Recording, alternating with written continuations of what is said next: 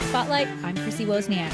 My guest today is embedded in the rich history of the Florida citrus industry. His family legacy extends back to 1900 when his great-grandfather planted their first citrus grove in the great state of Florida. The trajectory of his journey encompasses a noteworthy stint on the New York City trading floor during college, where his father played a crucial role in the creation of the orange juice futures contract. And over the course of his career, he transitioned from working as a CPA with Ernst and Whinney to successfully running a startup for 11 years. Later, he assumed leadership of his father's commodity trading business at Citigroup and Morgan Stanley in response to challenges faced by the citrus industry. His attention shifted to the emerging sector of bamboo farming in 2019. And as part of this transition, he co-founded Greenfield Bamboo Investments and established the Florida Bamboo Growers Association with the vision to cultivate a healthy, competitive, and prosperous bamboo farming industry. And he's at the forefront of this burgeoning agricultural frontier. And when most people think about Florida, they think Mickey Mouse, perfect sandy beaches, or the hot and unpredictable climate. Most people don't understand the rich history of Florida ag and the endless opportunity here. Today, we're going to discuss the Florida citrus industry and the emerging bamboo market with its opportunities and its challenges. From Central Florida, I would like to welcome President of Greenfield Bamboo Investments, Kevin Barley. Welcome, Kevin, and thank you so much for your time today. Yeah, thank you for having me on your show, Chrissy. Yeah. I'm always happy to have Floridians on. Absolutely. So let's start with your background. You have a really intriguing career path. So can you expand on that? Yeah, so just imagine that my family came to Central Florida around 1900, and it was very much agricultural based at the time. My great-grandfather planted citrus in 1900 and helped found a small town there, Winter Garden. And my dad was in the Korean War and then went into the securities industry, and as part of that, helped create the orange juice futures contract. Wow. And this is just part of being connected to citrus during that time. But you remember the movie Trading Places with Eddie Murphy, if you do. I mean, it goes back a ways, but it was really funny, and it was all about the citrus industry and the orange juice futures contract. So that was filmed on the New York trading floor right at the time that I happened to be working there, a summer work and working on the trading floor as a runner. And that was a great experience, but it was the same place they filmed it. Wow. And then I ended up going into public accounting. I did a startup business. I was more of an entrepreneur than an accountant. And then eventually took over my dad's business, like you mentioned, working with all of the orange juice industry and helping them manage their price risk using futures really around the world. And then I even created a new futures contract for apple juice concentrate at the time. But I have been connected to citrus throughout this. It's just part of it. And I love that part. I can't explain why I have an attraction to agriculture, but I do. Right. Yeah, that's really cool. And here in Florida, the citrus industry has really suffered unimaginable losses. So can you explain the issue of citrus greening and give an overview of what has happened? Yeah, and most agricultural crops have ups and downs. They go through things. Citrus started in the mid 1800s in Florida and was planted all the way up to Jacksonville.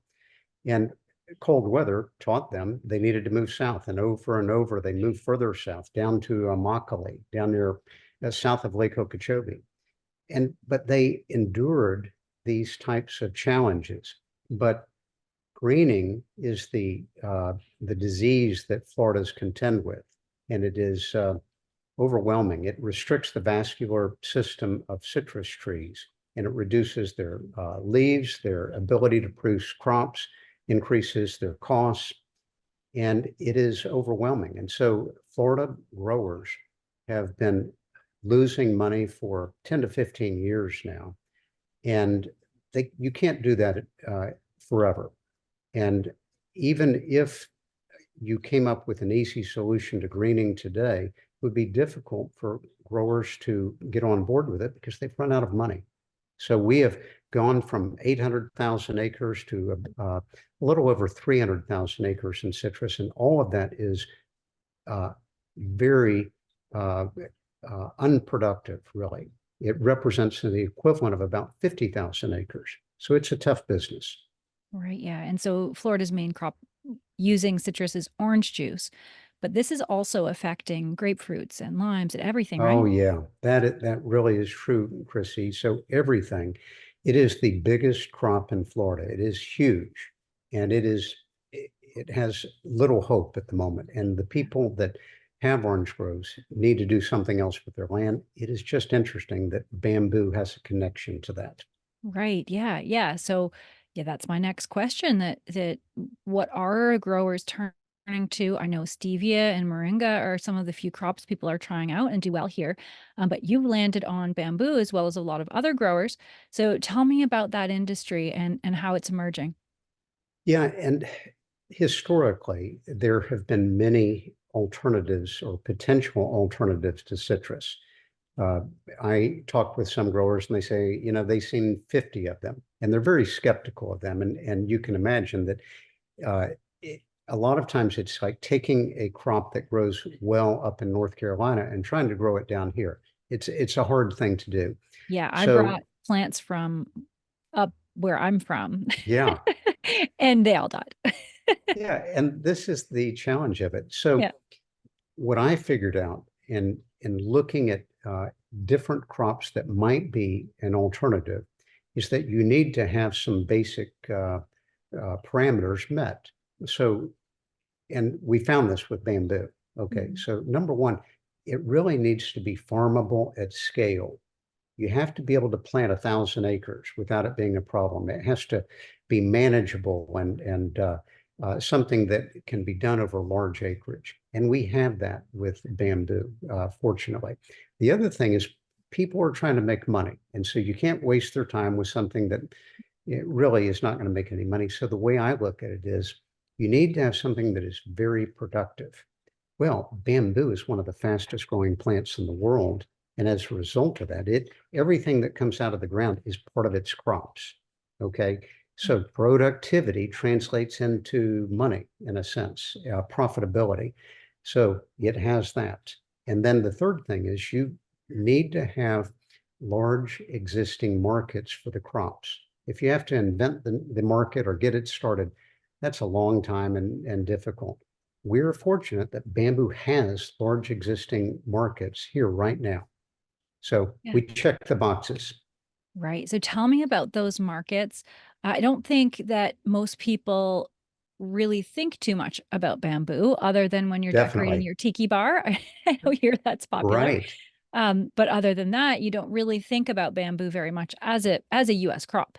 So tell me about what the uses are in those Yeah. markets. Yeah. And you're so right about that perspective. People are unaware that bamboo could be a market and they have their own ideas about it's something from Asia, has nothing to do with us. But 6% of Americans are Asian American. And so we have two crops. One is a food crop, the other is a wood crop. So the food crop is when a culm coming out of the ground, when it's in its juvenile stage in the first 10 to 20 inches, that is food. It's a vegetable and it happens to be very healthy and nutritious. It's what Wow. you call bamboo shoots. So if you go get Thai food and you get green curry, bamboo shoots are in it. Okay. And they have a nice soft crunch to them and they're flavorful. But the main thing is they're very healthy and nutritious. They're a superfood. So on that, the U.S. imports 60 million pounds of bamboo shoots per year. This is That's a something. 4 billion pound industry worldwide. Okay. 60 million comes to the US for that Asian American population that's here. And they want them. And so that's an existing market. And we currently sell to that market our bamboo shoots as fresh produce coming from Florida. You can't get fresh produce from China. Okay, so we're the only ones that have that right now, and we're the only commercial bamboo farmers in the country. And so the other one is wood products. Okay, so that's the crop. So when a culm reaches its full height and after it's been seasoned for a few years, getting more dense, that is used for various wood products. The US currently imports $500 million worth of bamboo wood products every year. It's a big market. Yeah. But it's all made in China. Okay, that's really the case. So you can imagine that companies that buy everything from China would like to avoid all the logistics and be able to have it locally grown and available. And that is what is coming for the wood industry there. Yeah, and you can see too how well this crop grows just by visiting some of the Florida botanical gardens. Mm, It always stands out to me a lot when I see them. Mary Selby Gardens in Sarasota, the Ringling Brothers in Sarasota, over here at the Ford and Edison Estates, and you can see these big stands of bamboo, and I think, wow, why aren't more people growing this? It's so beautiful. Not only is it food and wood, but it's also very beautiful too. Yeah, it's very interesting. But now tell me about the crop. I know it grows fast, but how fast does it mm. actually grow? Yeah, so it is interesting. You know, it's normal for people to be a little bit skeptical that it is one of the fastest growing plants in the world. Yeah, that might I scare I was. gardeners, right? Yeah. Yeah, that's true. By the way, let me just point out, Mhm. people worry about getting something that could be invasive. This is very common. And there are types of bamboo that can be invasive. They're running types. They create a forest. And the clump type bamboo, which you see in the background of my screen here, is not invasive. Okay, it grows in a clump. It's like a almost like a tree, and it has multiple clumps, but they stay put. The clump gets a little bit larger every year. So going back to how fast does it grow, we found that during the season that we're harvesting the shoots, so we come in May and harvest twice a week through the end of October. So 6 months, we're getting this fresh produce of bamboo shoots. And what we found was that they grow so fast that between one time you're there and the next time, you might have missed them. We cut them when they're 10 to 20 inches tall. Well, we found that they were growing a foot a day. Well, that doesn't leave you much of a window. They are growing, and all of a sudden they're 30 feet tall. And so it's kind of amazing. So everything that it relates to how fast it grows is a good thing. It affects its productivity, how big the crops are. It outruns its vulnerabilities. And even interestingly, we don't have pests and disease. So you can imagine that would be a different world for citrus farmers that spend all their time on pests and disease. We don't have that. Wow. And how is it propagated? Is it division, seeds, cuttings? Yeah, you can do it in different ways, but tissue culture is the way Oh, okay. for commercial farming. And we have tissue culture available for the plants in Florida today. And that's how it is propagated. This is where you can roll out thousands and thousands of plants. Right. And then what is the process? Do they start in greenhouses or in shade houses? Yeah, so and there are choices here, but you can imagine the tissue culture companies grow something that can be provided to nurseries at a very small plant level, or they Mhm. can grow them to another stage. But just imagine it goes from tissue culture to nurseries to ultimately being put in the ground. Right. And then what's the life of that plant once it's in the ground? I'm going to say a long time. Yeah. Okay, it is 50 to 80 years. Wow. So, so it's not like you have to replant the plant every year for new crops. No, it's getting bigger. So it's doubling in size approximately every year for the first 5 or 6 years. And it becomes a plant that has culms that are 4 to 6 inches in diameter when it's mature. And the base of the plant can be 10 feet in diameter, and the height of the culms 40 to 50 feet tall. Wow. Yeah, from So, what you see in the background, which is like 1 year old. yeah. So what when you're producing it for food, how is that harvested? And is the parent plant left in the ground then? Yeah, so you harvest it by just imagine walking down a row and looking at the base of the plant, and you see one of the new shoots, 10 to 20 inches tall, and they're beautiful actually. They're colorful. They make you think fresh. And so you simply take a battery operated a sawzall, and you go right down to the base of at the ground, and zip, it's cut. It's soft, okay, at this stage. It's like it has a soft outer covering, and it's cone shaped, like an upside down ice cream cone, Right. okay? And so you do that, you put it in your box, you go to the next plant, you get ones there and so forth, and you put them in a bin on a trailer. You ice top them to keep them cool, take them to our packing house, and that's where they're cleaned up and sanitized and cooled and sent off to Asian American grocery stores around the country. Amazing. Yeah. Yeah. Like so many fruit crops, it sounds like it's labor intensive. Do you know of any plans or opportunities for robotics companies to come in and design something that could harvest? Yeah, everything is labor sensitive, Yeah. okay, because we don't have much labor. We're Think of it this way. It's not hard to do the labor that we're talking about, but what we tap into is H2A Right. labor that is available generally from Mexico. And we're the off season for the citrus industry. Mhm. So all of these H2A professional harvesting companies want to do something with their labor. So we're the guys in the off season. We're completely available during that time. So it works well. Oh, that's good. And then what Mhm. about harvesting for wood? Is that the same thing where you pick and choose from each plant, or do you clear cut it? So what we understand today is that we're going to be selective. So you let the culms, the larger culms, remain either for a couple of years or maybe even as many as 5 years before you cut them. So that depending on the use of the wood, and then you come in and you cut it, you pull it out, and you have the process that you can imagine for wood, and including drying, and then possibly chipping it down to something that is easily moved and shipped to your ultimate customer. But I got to tell you, in wood, we have many types of uses, and so the way that this process goes will vary. Right. But going back to the labor issue, I really think that we will develop mechanical harvesting.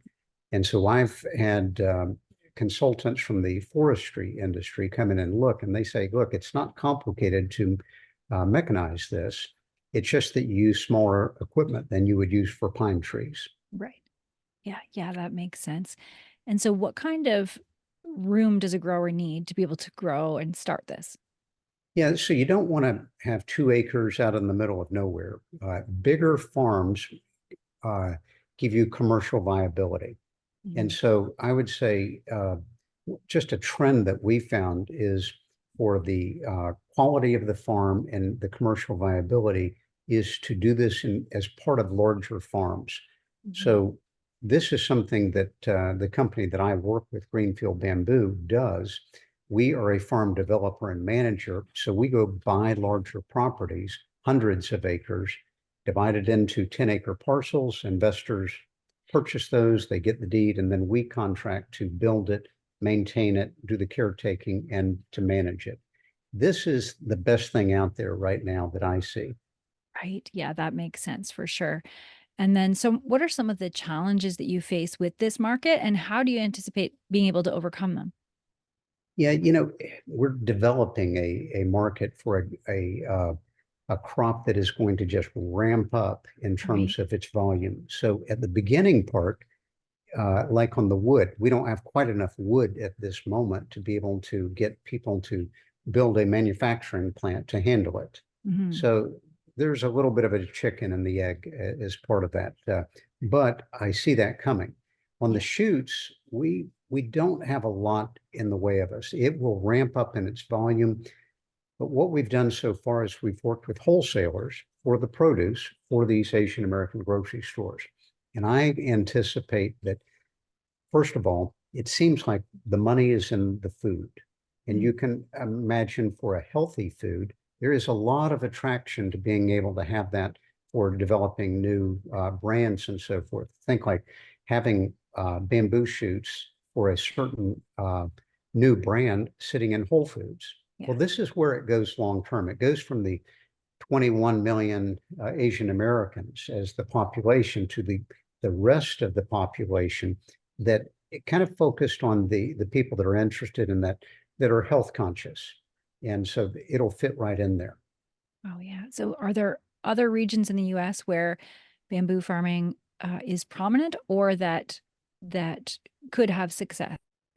You know, I would imagine that it will develop in various types in different parts of the country, particularly the Southeast, but it would use running type bamboo, and we have less experience with that. So for now, I would say we have found the sweet spot for growing bamboo, and it's right where citrus is growing today in southern Florida, and that's the best place to grow it today. Yeah. Yeah, that's great. That's a huge opportunity for citrus growers, isn't it? It is, and Yeah. for bamboo growers, Yeah. Yeah, that we that's have it. plenty of land available at Mhm. reasonable prices, and it has the exact infrastructure that we need for growing bamboo. Right. And what's the water demand for It bamboo? uses a lot of water, kind of like citrus, maybe a little bit more. Mhm. And it just, so it uses a lot of water, and it uses a lot of fertilizer. These are the two main things for bamboo farms. And you'll notice I don't say anything about dealing with pests and disease. It doesn't have a Right. cost associated with that. It's really about weed control in the beginning, and then growing it to maturity. And so you do need water as part of that for sure. Yeah. Yeah. Well, we're lucky that we differ from California in that we get sufficient water pretty much. I know And not yeah, always, but and remember, Chrissy, we're buying existing orange groves that have permitted wells. So yeah. that's important to us, that we can work with something that's already there, a source. That makes sense. And you also established the Florida Bamboo Growers Association. So tell me about that organization. Yeah, we needed to uh, develop the industry well. Think like, Mhm. characteristics of a healthy industry. It's growing fast. It has competition. It has maybe thought leadership, this kind of thing, and connections to the markets, and connections to funded research like University of Florida IFAS. This has been tremendously important to us. And so when we developed an independent grower association, it helped that process happen. So we have a great board of directors that represent the growers of the industry. I happen to be president of the association, as you mentioned, Mhm. but even in the last year, we did research on the productivity of the plants to help us understand from a proof of concept standpoint, how much money can we make? How much Yeah. production will it have? And we got huge success out of that, and it was really validating. So thank you to the University of Florida IFAS for that help. Yeah, that's awesome. And then, so where can people find you if they want more information, if they're curious about growing or what Greenfield does? Yeah, and I would say two website connections. One would be the Grower Association, which is fbgabamboo.com. So FBGA is Florida Bamboo Grower Association. So for fbgabamboo.com. And then the other is greenfieldbamboo.net.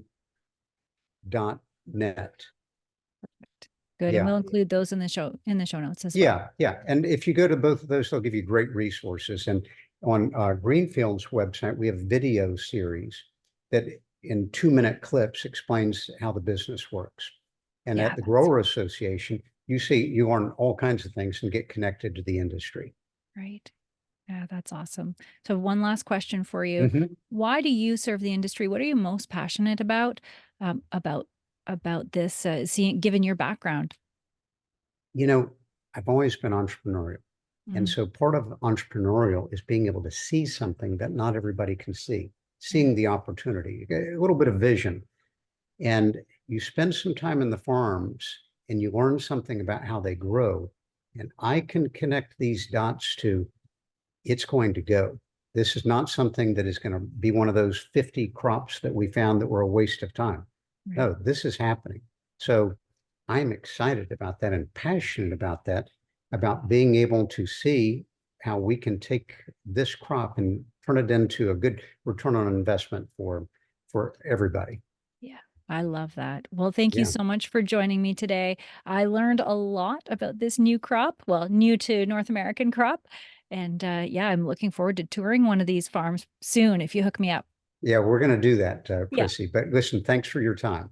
Yeah. And thanks to all who are watching or listening. If you want to learn more, the links, as I said, are provided in the show notes. And don't forget to subscribe to North American Ag Spotlight on YouTube, Rumble, or Telegram channels. The podcast is also available on Spotify, Apple, Amazon, or Listen Notes, or wherever you listen to podcasts. And if you liked the episode, I'd love it if you shared it. And have a great day.